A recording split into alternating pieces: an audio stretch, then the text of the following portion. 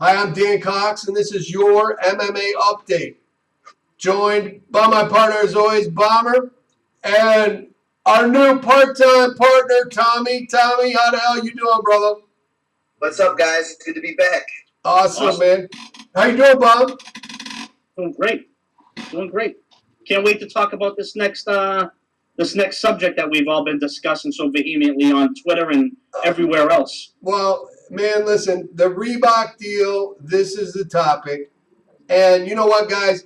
I've got to tell you, when you start to see fighters come out against something in smaller numbers, when they're not as high level fighters, famous, let's say, you know, that's something that makes you think, because it's their future on the line. They could speak and all of a sudden lose their job.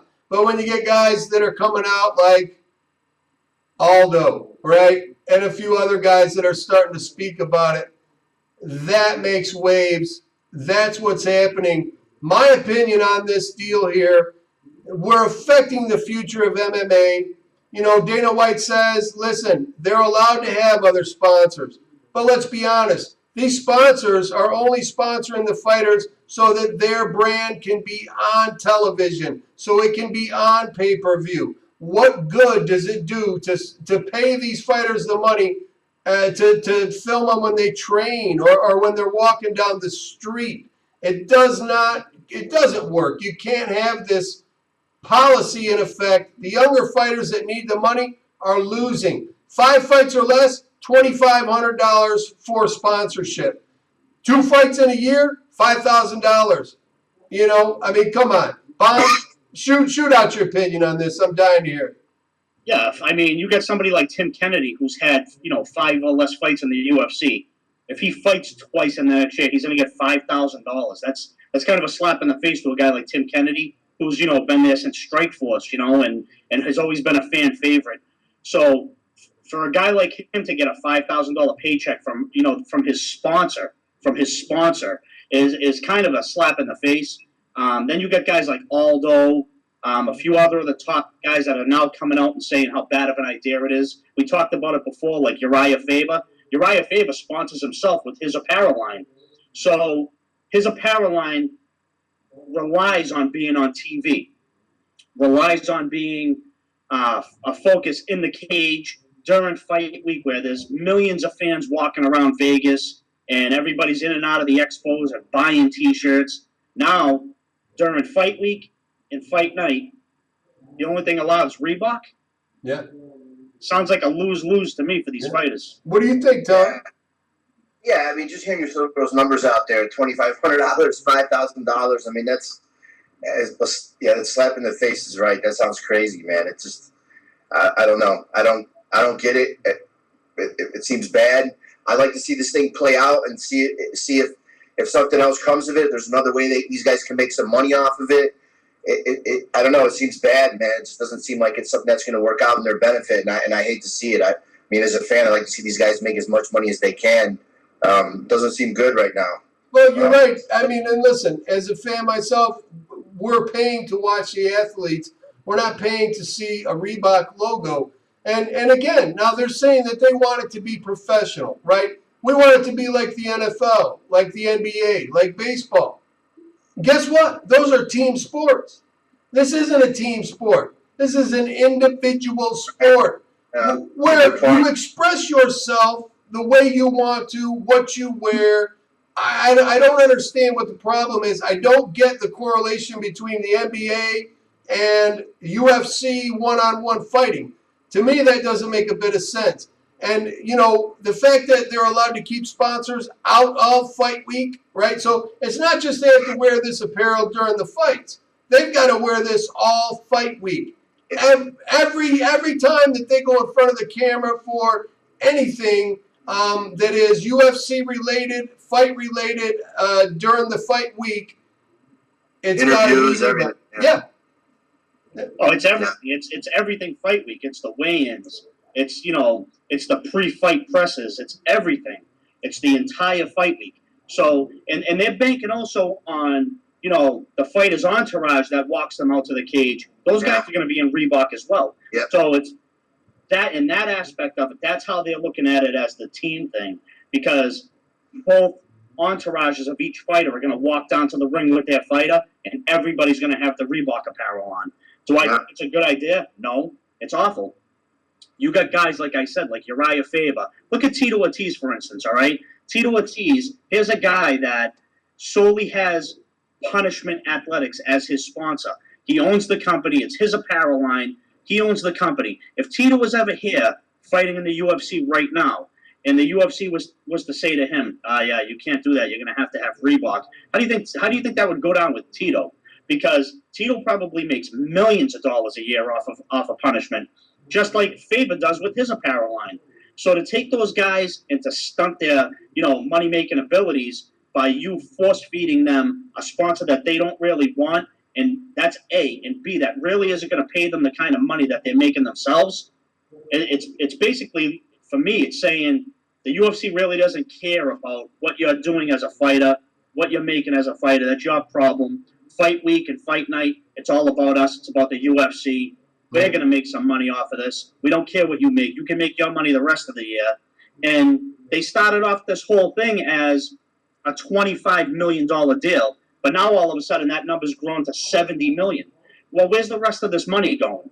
If it really is $70 million for this deal, and the fighters are only getting $2,500 a fight, $2,500, per fight if you have 5 or less fights, where's the rest of the money going? Yeah. Oh, I agree. And now, Tommy, let me ask you something. What do you see as the benefit? If there is one, what do you see as a benefit? Well, I don't know that there is one. I mean, this is the only thing I'll say about it, and I'm definitely not defending this deal. But I remember how it started, and I think it started with good intentions.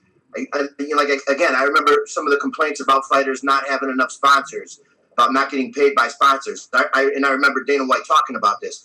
I don't know if you remember a couple years ago, Matt Danzig came into the cage once with blank trunks, not one sponsor, and he complained about it. And then I remember Dana saying, and then Matt Mitrione fired his manager in the middle of the cage for not having enough sponsors. And then Dana White said, okay, I'm going to have to get involved in the sponsorship thing. This is something we're going to have to sit down and work out. So I think it started with good intentions. I don't think it started with, all right, we're doing this just to make money for ourselves. Maybe it turned into that. Maybe they saw how much money was into it, and they thought, okay, they can make something out of it. But I think it started with the fighters complaining to them. They weren't getting enough sponsorship money. Some of them weren't, and Dana or the UFC decided to get involved, and then it turned into this thing, which seems like maybe they shouldn't have got involved. Now it seems like $2,500 seems like a fucking disaster. But yeah, I don't know what the benefits is. Like I said, I remember how this thing started. I remember hearing this from the beginning, and maybe it started with good intentions,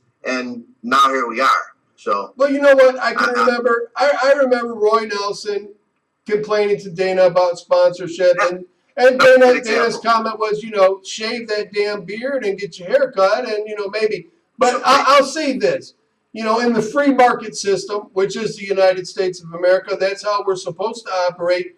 Everybody gets an opportunity to get the sponsors, and it's kind of on your ass to go and get those sponsors. They're not going to come to you. You've got to earn the respect, and you've got to be able to have the drawing power to get them. So you do have the ability. But when you pigeonhole someone into saying, this is your sponsor, Reebok, as far as any televised thing that you're going to be on, anything that you can represent, you're not going to do it in the cage. You're not going to do it in fight week.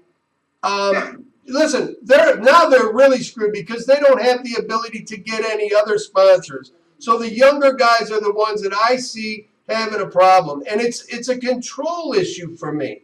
Listen, the UFC controls every aspect of everything that goes on.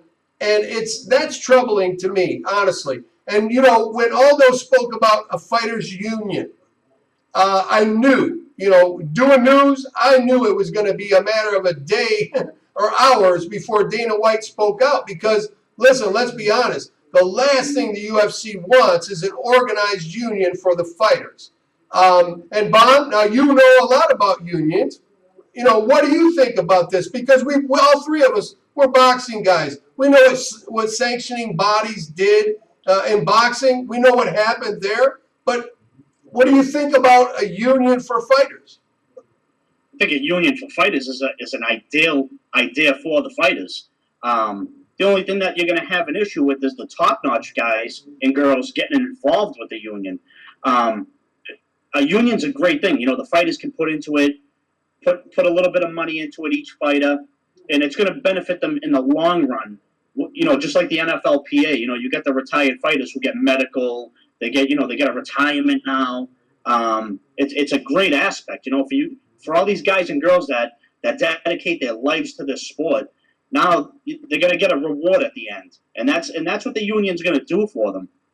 The UFC definitely doesn't want that to happen. They want to continue to control that cash flow. They want to continue to control that money and what somebody makes. They don't want a union coming in and negotiating and saying, all right, somebody that has 5 fights in your organization, this is how much you have to pay them. Right. Because the UFC is getting away with paying a guy that has, you know, 5 fights, 6 fights.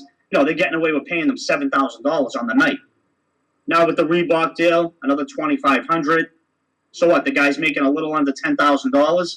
That needs to change. I mean, we've seen it. You and I have looked at numbers from other organizations, you know, that aren't as big. I mean, World Series of Fighting, for instance. The last time we looked at some numbers from them, $750. The guy made $750 for a fight. I mean, he had to have spent triple that just in his food costs and his training. Not to mention getting to the fight room, manage, whatever. Made $750 for the fight. So these guys aren't doing this for practice. They're doing this to make a living. And you know how they compensate that, Bob? By sponsors. They compensate it by sponsors. And Tom, let me ask you something. Now we've got Bellator. Now Scott Coker is he's not a dumb man. He's a smart man, even though he wasn't very successful with Strikeforce when he was involved. But he sees this opening. And what's happened here is the UFC has opened the door. There's so many fighters. The groundswell is getting bigger and bigger. And Dana White said, fighters are short-sighted. This will all blow over with time.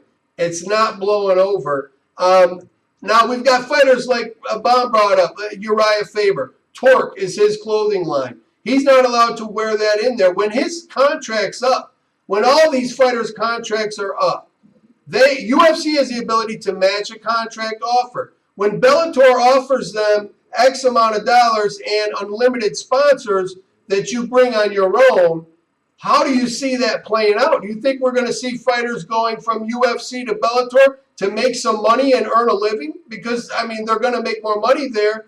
And the top guys, Bob, unless they have an agreement like Conor McGregor or Paige Van Zandt or someone like that, which is an exclusive Reebok deal, they're going to get $40,000 to fight for the title. So, I mean, that's a huge cut. That's a huge cut. But what do you think about that, Tom? What do you think is going to happen with Bellator? Do you think we might see some defections? Yeah, I mean, it's certainly possible. Like you said, though, the UFC has matching rights. Yep.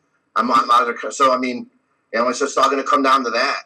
You know, what they offer, you know, what they match them at. I mean, yeah. I mean, it's possible. And that's, you know what? And that's where what I was saying the other day, which is incentives. They're going to have to come up with something. They've got to deal with Reebok. I believe it's like a 5-year deal. So these fighters, and it's not just the fighters they have. It's the fighters that are coming up and going in. I mean, we got guys like Ed Bush that actually, you know, he's a 4-time All-American, a 3-time. Yeah. Bellator, right? Hey, he's signed with Bellator, and he's going to the Olympics. He signed with Bellator before he's even turning pro. Yeah. And his reasoning, one of the major reasons, was the Reebok deal. So they're losing talent that's coming up as well.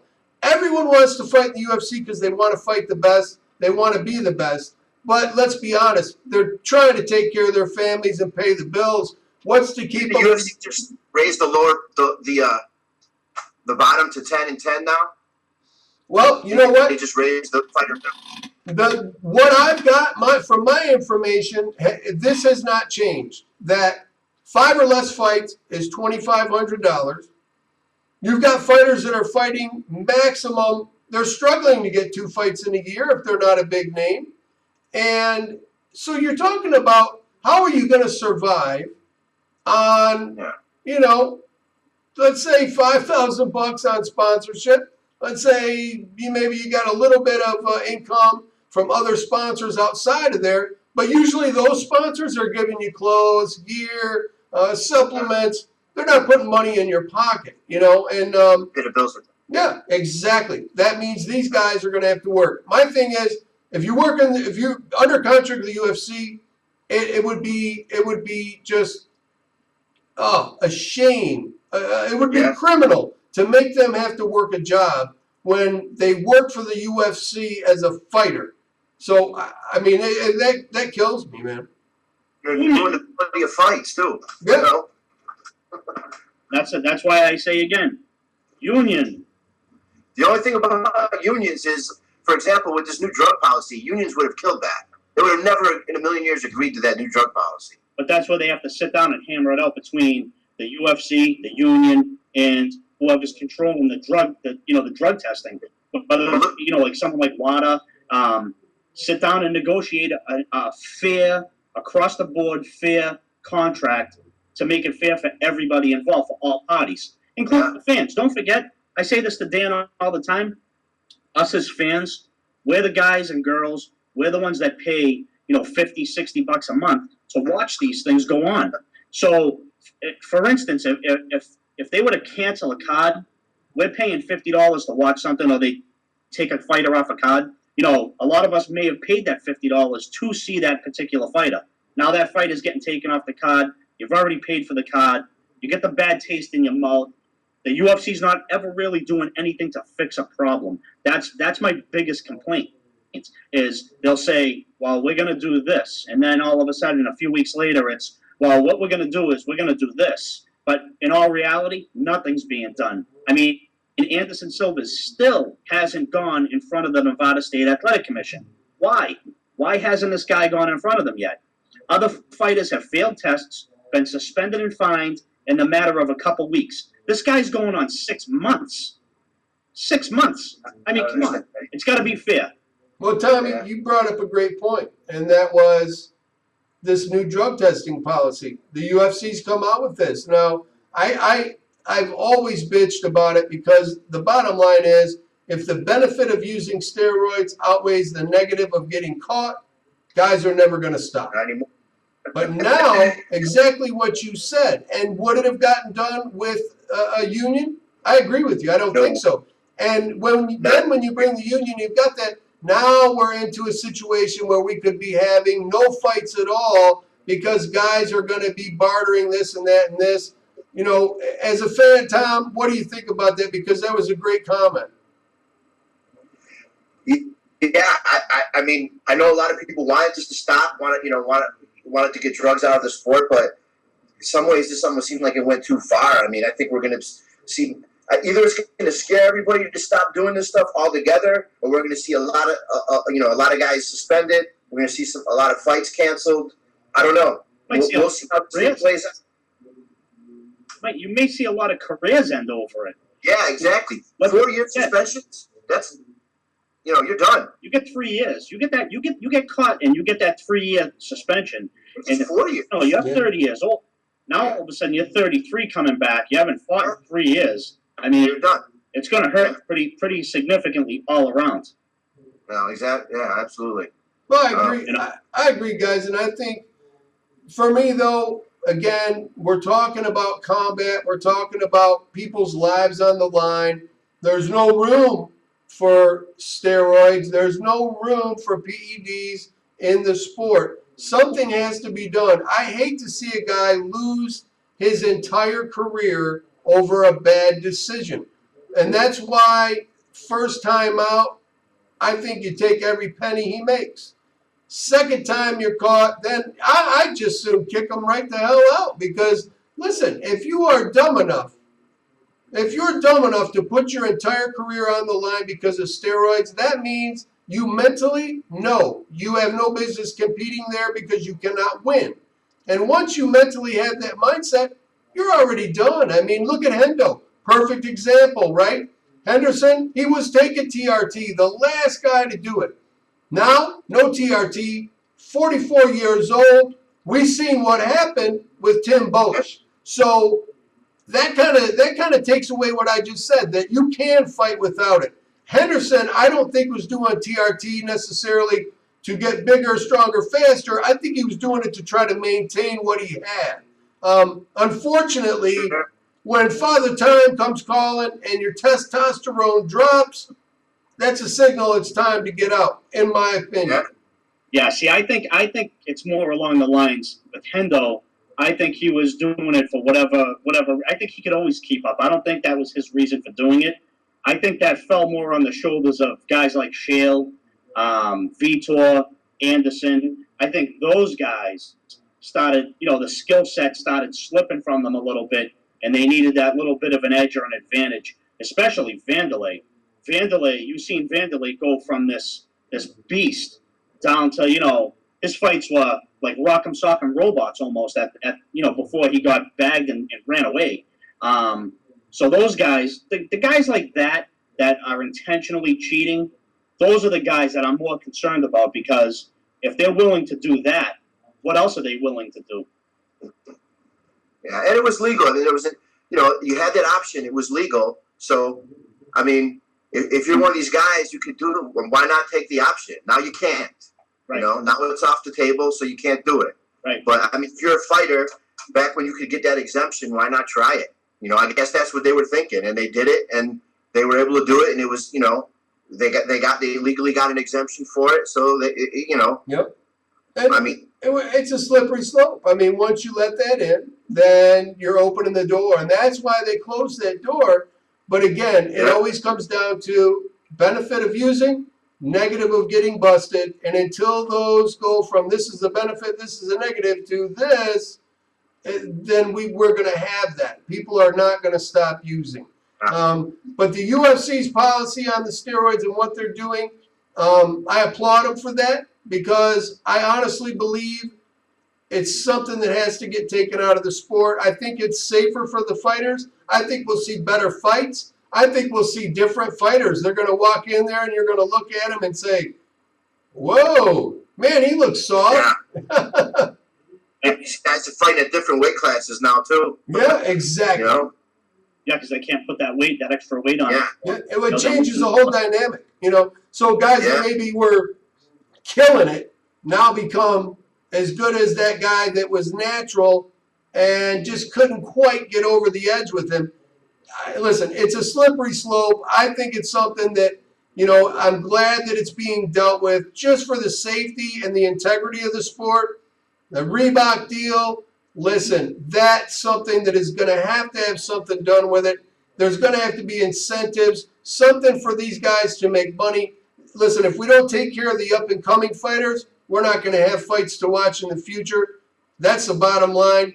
Listen, Tom, any shout-outs to anybody you want to give out there, man? Because you're one of the favorites on Combat Circle. You're a monster on there, man. Everybody loves you. I love you. Bomb loves you. Anybody want to shout out? Just give a shout out to our Canadian brother out there, Dig, man. Soon to be Mr. Mush next week. Oh, you heard it. Dig, man. Mr. Mush. Yep, Dig. It's Mr. Mush for you, Dig. I hate to say it, but damn, buddy, they got you, Dig. And Dig has spoken, and that's what I got to say about that. Listen, great time, guys. Tom, thank you so much for coming on, buddy. All right. Bomber, thanks, man. my brother, I appreciate it. For LUB-MMA, for my partner Bomb, for my good buddy Tom, this is your MMA update.